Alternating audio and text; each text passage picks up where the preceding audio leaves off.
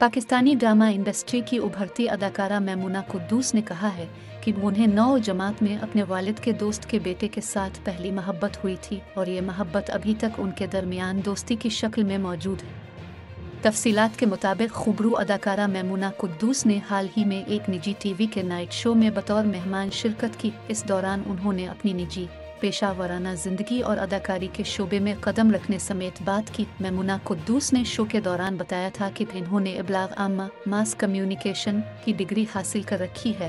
वो इंटर्नशिप के लिए पाकिस्तान टेलीविजन PTV गई थी, जहां उनमें अदाकारी करने का शौक पैदा हुआ था। अदाकारा का बताना था कि उन्होंने अपने शौक की तकमील के लिए सोशल मीडिया का सहारा लेते हुए मुख्तलिफ प्रोडक्शन हाउसेस को पैगामात भेजे और अदाकारी का मौका देने के लिए कहा।